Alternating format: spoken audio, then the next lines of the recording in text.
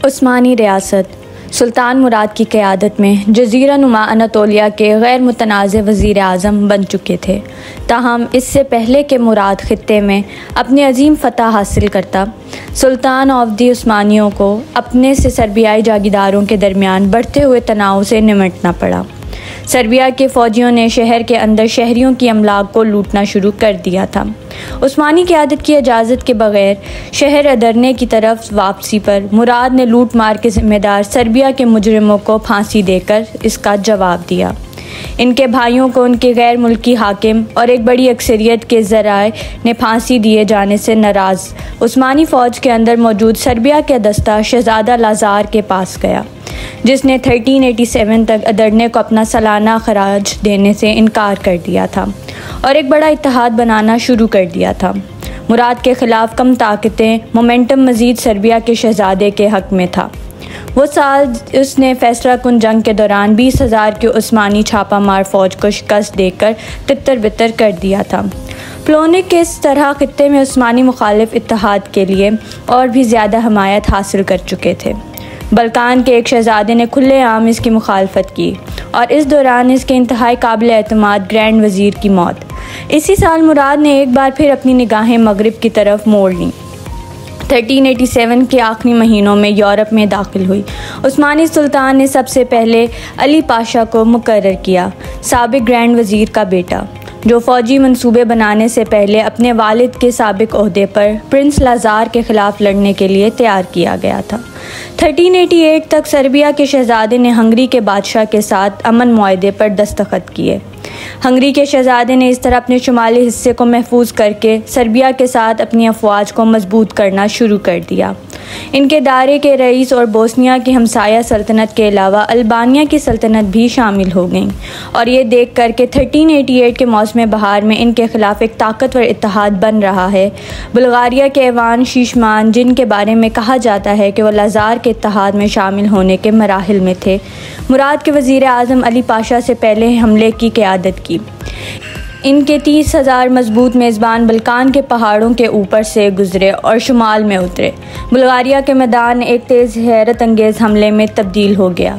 उस्मानी हमला और अपने दारुल हुकूमत से फ़रार हो गए, जहां उन्होंने अपने मुल्क के दिफा को मजबूत करने का मंसूबा बनाया।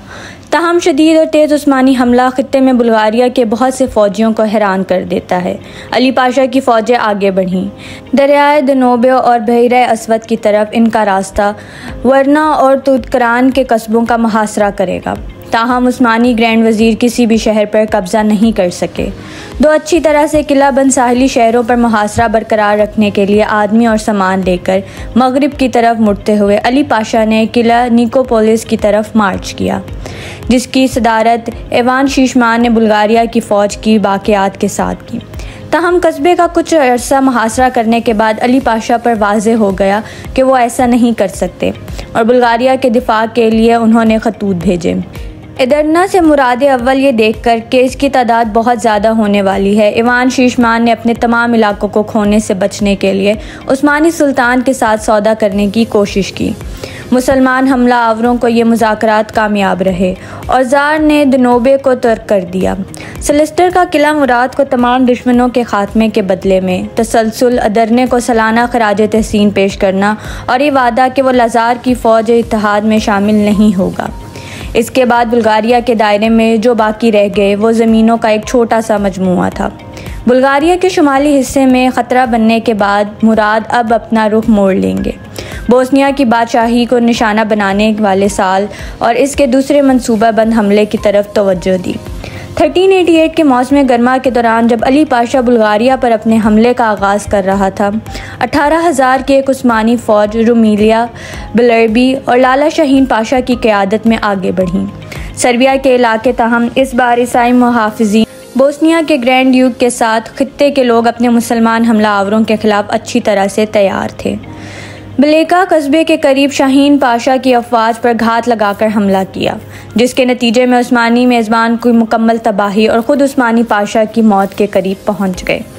बल्कान और इसकी अफवाज को मुख्तलिफ महंगी शिकस्तों के बावजूद मुराद अव्वल ने अपने साम्राज्य अज़ाइम को तर्क नहीं किया और एक अजीम शान फ़ौजी मुहिम का मंसूबा बनाया।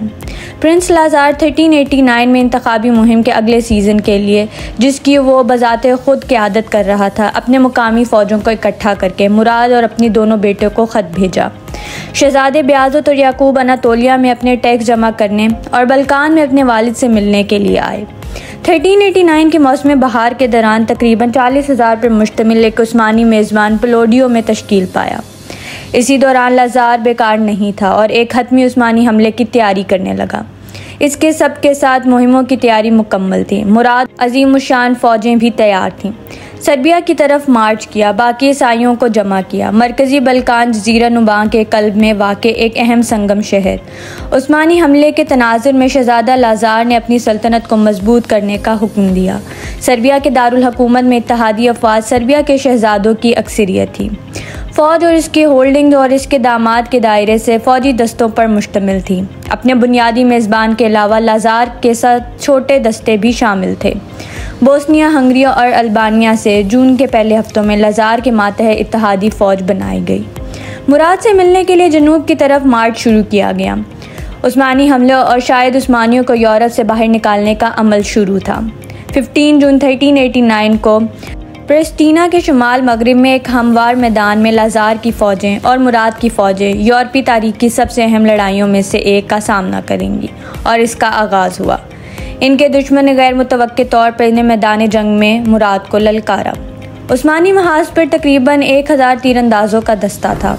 दोनों फ़ौजों के दरमियान दफ़ाई पोजीशनों में डेरे डाले हुए थे। इनके पीछे इनकी अक्सरियत खड़ी हुई थी, जो बुनियादी तौर पर अनातोलिया से भर्ती किए गए थे और कुल्हाड़ों और कमानों और से लेस थे। मज़ीद पीछे उस्मानी घुड़सवार दस्ते खड़े थे, जिनमें से ज़्यादातर घुड़सवार और तिमरेली सिपाही भारी घुड़सवार शामिल थे। आखिर में मुराद का अपना ज़ाती मुहाफ़िज़ 2000 अशराफिया जनेसरीज़ और 500 सिपाही घुड़सवारों से बना हुआ शहज़ादा याकूब और बियाज़त को बिला तरतीब बाएँ और दाएँ बाजू थे, जबकि मुराद और इसके अजीम वज़ीर अली पाशा ने उस्मानी मरकज़ की कमान में। अगरचे मुराद की फ़ौज लाज़ार की फ़ौज से 40,000 तक बढ़ चुकी थी, लेकिन अक्सरियत सर्बियाई मेज़बान अपनी उस्मानी अहम मंसूबों से बेहतर लेस और बख्तरबंद थे। उस्मानी हमला लाज़ार इसके बाद अपने पूरे दस्ते को आम चार्ज का हुक्म देकर हमला करता है। अपने अददी एतबार से आला भारी घुड़सवार दस्तों के साथ अपने दुश्मन को मगलूब करने की उम्मीदों में लाइन प्रिंस लाज़ार खुद और सर्बिया के परों पर इसके साथी कमांडर इस बड़े पैमाने पर साथ थे। सर्बियाई लाइन पर तशद्दुद तौर पर मुराद की फ़ौजों से टकरा गईं, जिसके नतीजे में उस्मानी जानी नुकसान हुआ। अगरचे शहज़ादा लाज़ार दोनों ने इंपीरियल लाइनों के ज़रिए ज़मीन को आगे बढ़ाया, सर्बिया के दाएं जानिब पीछे हटकर सबसे अहम पेशरफ्त की।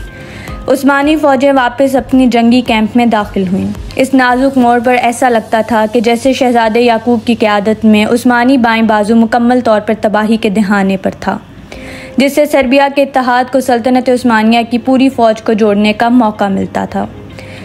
कोसोवो की जंग मुदर्रज़िल वाक़यात में सर्बिया नाइट्स मुराद के ख़ैमे तक पहुंचने से पहले टूटते हुए उस्मानी बाएं बाजू को तोड़ने में कामयाब हुई। मुराद के पर्सनल गार्ड के हाथों हैक करने से उस्मानी सुल्तान को कत्ल करना। दरियासना में उस्मानी ज़राए भी इस बात से मुत्तफ़िक़ हैं कि सुल्तान की मौत हो गई, लेकिन इसकी हतमी वजाहत करते हैं कि इनके मुताबिक मुराद की मौत लड़ाई के बाद वाक़ हुई, जब सुल्तान मैदान जंग में मरने वालों का मुआयना कर रहा था। एक नाइट उस्मानी हुक्मरान की तरफ भागा और इसके दिल में जानलेवा वार किया।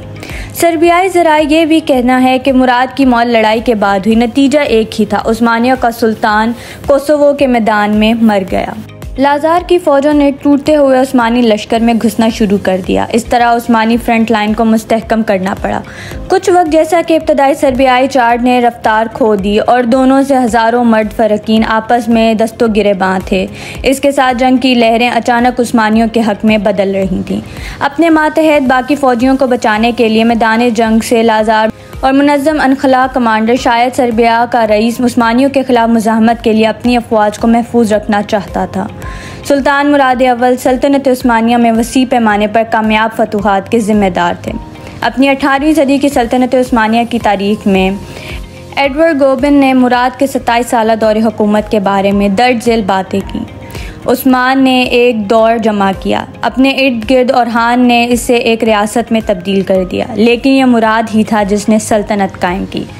कोसोवो की लड़ाई अब तक की सबसे ज़्यादा खूनरेज़ जंग थी जो कि उस्मानी रियासत ने अपनी जंग के बाद लड़ी। बुनियाद अगरचे उस्मानियों ने सर्बियाई अशराफिया को अक्सरियत का सफाया कर दिया था। उस्मानी ज़राए के मुताबिक जंग के दौरान एक जानलेवा ज़ख्मी मुराद ने अपने बेटे बेआज़त के हाज़रीन से जल्दी करने की दरख्वास्त की कि उस्मानी तख्त की जानशीनी की तस्दीक की जाए। वज़ीर आज़म और दीगर के सामने उस्मानी पाशा और सियासतदान बिस्तर पर पड़े मुराद ने इंतकाल से पहले बेआज़त को सुल्तान करार दिया। मुराद की मौत के बाद खाना जंगी का इम्कान था। साबिक सुल्तान का छोटा बेटा याकूब अपने वालिद की मौत या अपने बड़े भाई की मेराज के बारे में अभी तक बेखबर था।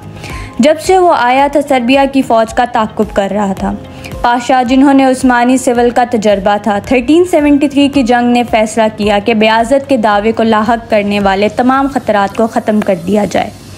शहज़ादे याकूब को बेआज़त के ख़ैमे में बुलाया गया और उनमें से एक ने शहज़ादे का गला दुबाकर कत्ल कर दिया। इस तरह बरादराना कत्ल की उस्मानी अमल को जारी रखा गया। बेआज़त अव्वल के दौर का आगाज़ उस्मानी फ़ौज की क़यादत के इनखलास से होगा। वापस उस्मानी इलाकों में उस्मानियों का नया सुल्तान सबसे पहले दारुल हुकूमत अदरने का दौरा करेगा। अपने मरहूम वालिद और भाई को दफन करने के लिए बुरसा जाने से पहले उस्मानी तख्त को महफूज बनाया गया। यूरोप में रहते हुए कोसोवो की जंग में इस्लाम की फ़ौजों ने उस्मानी हमले को पसपा कर दिया और सुल्तान मुराद अव्वल की मौत हो गई। कई यूरोपीय दारुल हुकूमतों में मुराद की वफ़ात का जश्न भी मनाया गया। नौजवान शहज़ादे के तहत सर्बिया की रियासत हर तरफ से दुश्मनों में घिरी हुई थी और बोस्निया के शहज़ादे ने अब सर्बिया के साथ अपने इत्तेहाद को ज़्यादा से ज़्यादा अमली शक्ल तक पहुँचाने की कोशिश की। कोसोवो ने उस्मानी इनखला के बाद सर्बिया की ज़मीनों पर हकीकी मुआयनों में कब्ज़ा करने की मनसूबाबंदी शुरू कर दी। साबिक सर्बिया की सबसे छोटी बेटी अदरने को सालाना खराज तस्लीम पेश करने के अलावा शहज़ादा शहज़ादी और ओलिवेरा को उस्मानी सुल्तान से शादी के लिए बेआज़त के हरम में भेजा गया। 1390 के मौसम गर्मा में हंगरी के हमले के लिए मुकामी उस्मानी दस्ते भेजे गए। खित्ता तमाम सरहदी किले जो पिछले साल हंगरी में घिरे हुए थे दोबारा हासिल किए गए।